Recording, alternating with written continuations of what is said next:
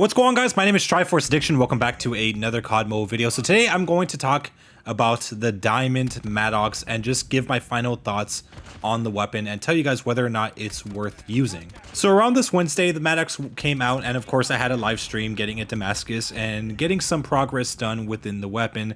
I think I kind of like stopped around maybe 30 to 40 games, and I just started working on the weapon by myself and kind of just like with my friend as well, because we were constantly getting into lobbies with each other.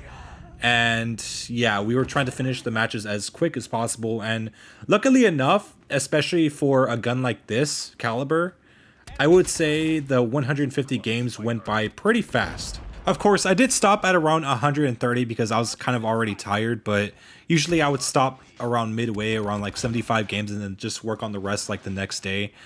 But I decided to just work on it today, or I guess last night, because I want to have a day off. I was kind of like binge watching a show that I liked on Netflix, which is Outer Banks. I'm sure some of you guys may have heard of it. And the next day, I mean, I ate like shit, I'll be honest. The next day I didn't feel really that well.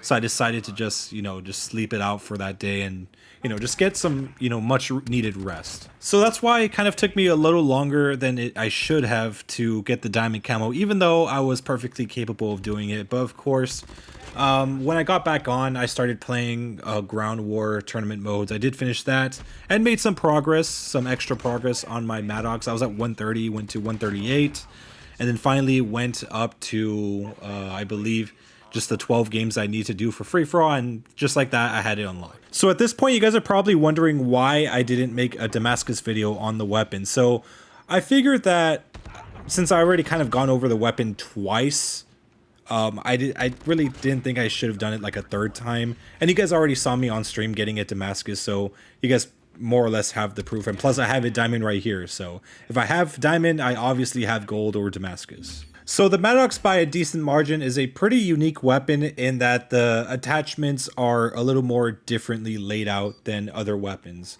And I say that because the muzzle and the barrel sections are mixed in together alongside the task force, sorry, not the task force, the foregrips as well as the rear grips. So they're both kind of like have their own section where they're just mixed in together, kind of like this sort of hybrid. Each of them basically have their own upsides and downsides. The two most recommended ones that I would say are probably the ones worth using the most is the monolithic silencer barrel as well as the reinforced heavy, which gives you more bullet speed and more range. The monolithic suppressor barrel is the one that I typically use the most, especially during the free-for-all shipment, and even now I did test and it's still very sufficient. And you would think that it has a serious downside to bullet speed, but I don't really believe so because the bullet speed almost feels like hit scan. You could obviously put it on in multiplayer, there's nothing wrong with that, but it doesn't really cause too much of a difference compared to the monolithic silencer barrel where you're able to stay off the map with really you not feeling the bullet speed loss at all. So again, I think that's more of a battle royale thing. It's, especially in battle royale, you're gonna have to like hit at longer ranges, so it's obviously a lot more of a necessary thing over there. But here it's, I guess I would say it's more like a must-have here because there's probably more benefits with this one compared to BR, where you could just stay off the map all you want, have more range, and you could also stack it with long shot as well, so you get even more range from that. And the only downside is just like maybe ADS bullet speed and, well, not bullets, sorry, ADS bullet spread, as well as just 8% bullet speed loss. So it's not that serious. When it comes to the reinforced heavy though, I don't really think there's a serious downside at all. Maybe a movement speed, but I kind of forgot. I don't think there is actually any sort of downside. And that's really the reality for most of these attachments, especially Black Ops attachments where they don't have any serious downsides.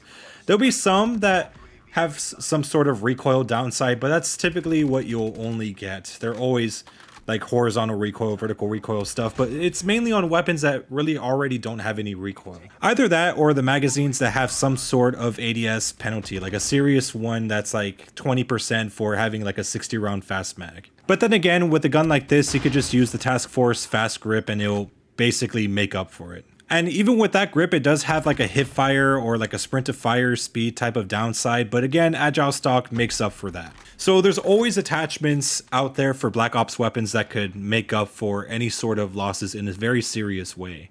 And even for some reason you don't like that hip fire spread issue with the agile stock, you could just put on the green or the red laser, and again it just makes up for it. So now let's move on to, I guess, the camo section part of this video. So the camos aren't really that difficult. I would say probably the hardest is maybe the headshots, and that's pretty much it.